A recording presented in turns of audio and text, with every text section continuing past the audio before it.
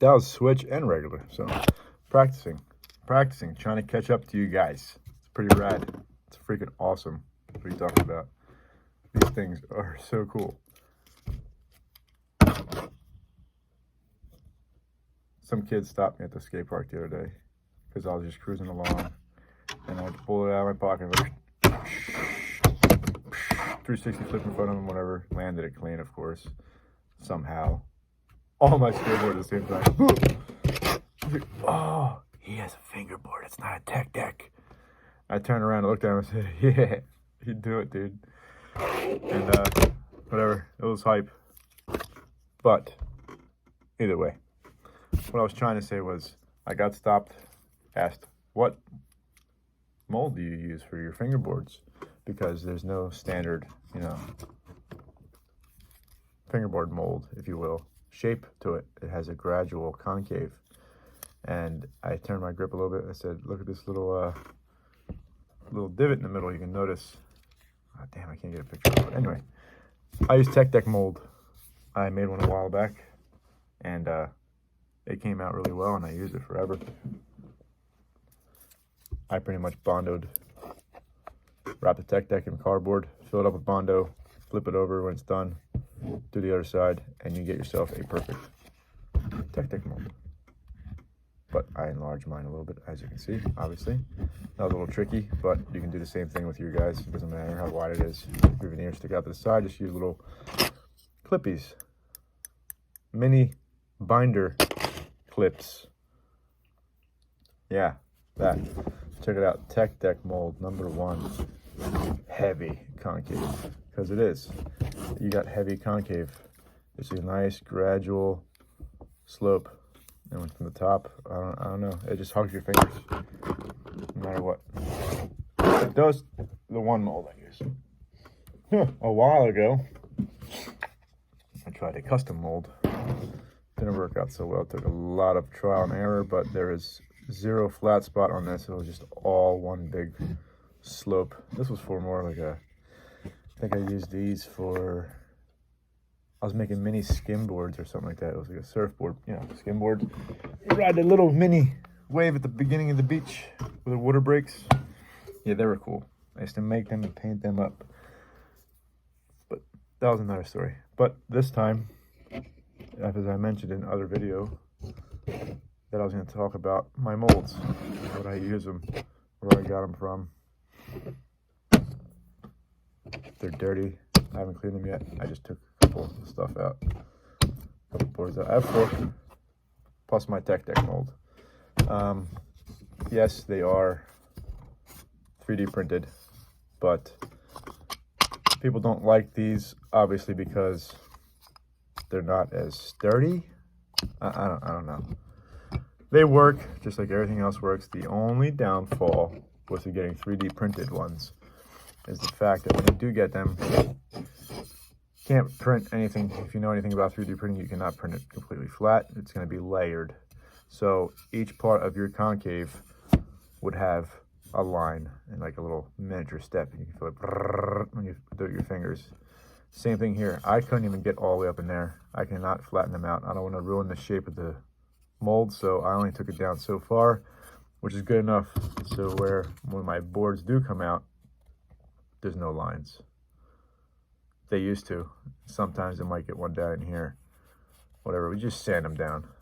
But to avoid all that, when you do receive your molds, and all you have to do, if you know how to use the internet, you can find these. Type in fingerboard mold, enter, and they pop up everywhere.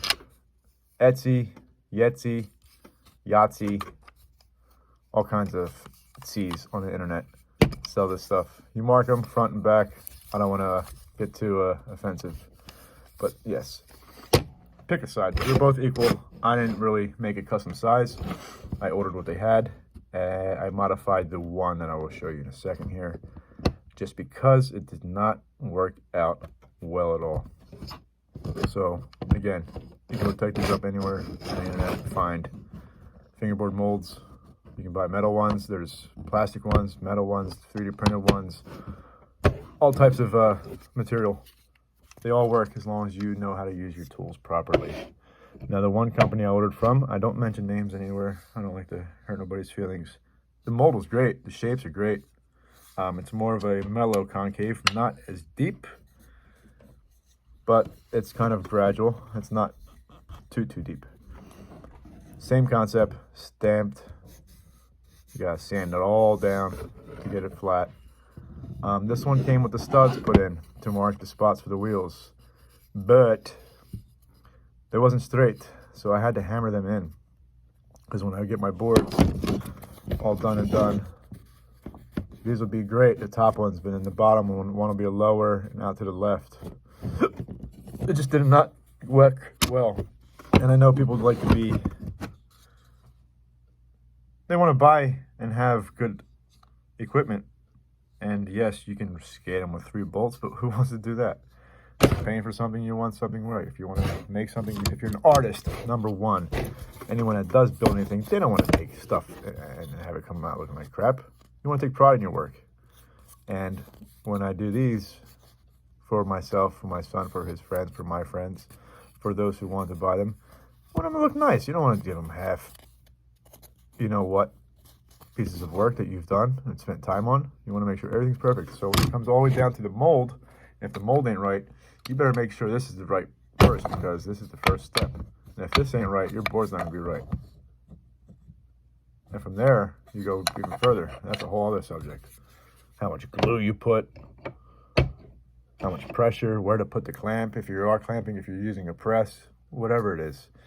The board ain't going to come out right if you're not using the proper steps correctly in the proper order. So it took me, I'm not gonna lie, at least 50 boards to get it perfect. Yeah, about 50. This is probably number 50 something, and it's nowhere near to what people have been doing, but I am completely happy with the shapes and where they press, how long I press them, how much glue I use. Everything is fine. This isn't obviously we haven't done our countersinking yet, but this is how they come out with the mold. And one of these molds, oh, another thing, they come pre-drilled for you, but you do have to put a drill through it prior to drilling your board. Just warning, because if you don't, this happens. If you don't drill these holes properly, it's the hardest part of the process. If you want to be able to drill your boards while the board is in the mold, you better pre-drill these, because if you go to drill your board and it catches the wood and catches the plastic at the same time, it just wraps up and then grabs more plastic and more, and it's a ripple effect and your mold is destroyed. So on that part, I had to switch to the bottom, and you can see when you do it right the first time. So no biggie. Instead of drilling from the top, I drill the boards through the bottom. There's gnats in here already. It's like 2 degrees outside. Alrighty, but that's that, guys. I mean, I just wanted to give you a little info on where and how I make my boards. I make way too many. I think I'm doing it now just because it's soothing. I've been a skateboarder for over 25 years and in the skateboarding world, and I used to press actual size skateboards.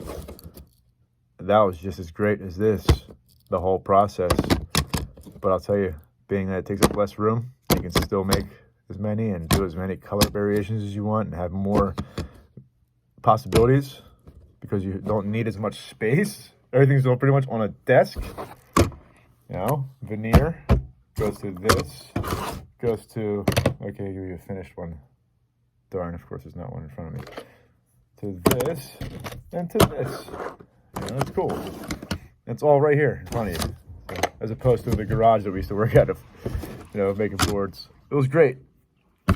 And so are these, so don't let nobody talk down on you if you're a fingerboarder, because I actually had a conversation with one of my old friends today, and he's quite a few years younger than me, but even his age group still has a respect for this stuff. Because he said the first thing, can you do a kickflip? I was like, you know, it's one of the hardest things to do. I automatically did that thing. Oh, but then you bust out whatever else. He's like, oh, see, I can't even, right away, see, I can't even do that. He had mad respect, because this is not easy. Let me do some stuff on this. The ollie, whatever. There it is. That's the only way I can kick whip, if I can go to ollie. Okay. That's usually the way it goes. EB's World just walked in, everybody. Don't forget to go over to his channel and say, yo! Want some coffee, EB's World? I'm good. He's good. I like cold coffee. He likes cold coffee. Wawa. Ew. Hashtag Wawa. I drink Wawa K-Cups in my awesome thermos cup that EB's World got me. So I was just explaining how fingerboarding is actually pretty hard, and don't let nobody mock you if you do fingerboarding, because No, it's hard. It took me a while to learn it. even the grown-ups and the kids that are in their 20s and even guys in their late 30s like me, oh darn, we just did the age thing, but it's okay. Who's hiding anything? You know, fingerboarding is not easy, and if you do it, you're rad, just as rad as if you were as a skateboarder. And most skateboarders are fingerboarders. They just do it during the winter, or if they break your leg. What happens if you break your hands? I take that back. No, like in the wintertime you can't skate. It's outside, blah blah. And then you. Wow, that's really rare. But what if? Skate with your left hand. I just showed everybody. I think in the other. Break your hands. Break your hand. You're dominant, say. So that's why you have to learn switch. And I did in the other video. I did switch 360. I think in the other video, or it might be in the beginning of this video. Switch 360 flips, or whatever. Learn both hands. So, wait, where did EB's World go? Oh, guys, thanks for watching, y'all. We'll see you again soon.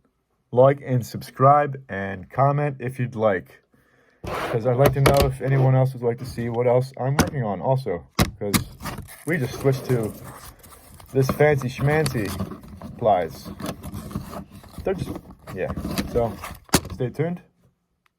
Thank you. Have a good one.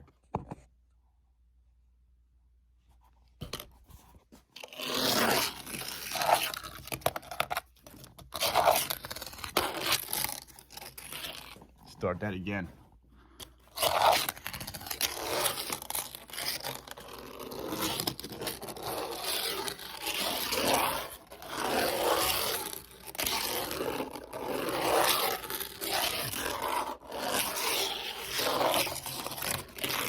Damn.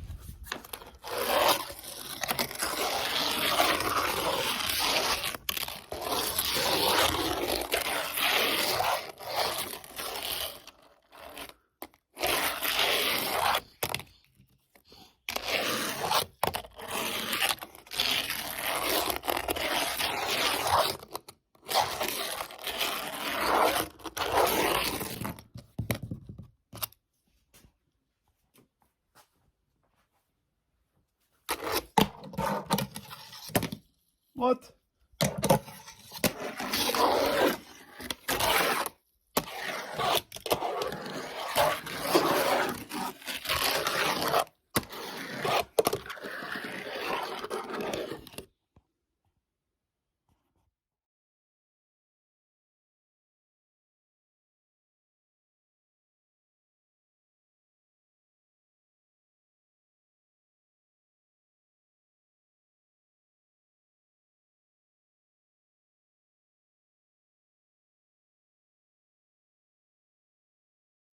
Hope you guys enjoyed that video. Just don't forget to hit the subscribe button, hit the like button, notifications button, and leave a comment if you'd like. Have a great evening.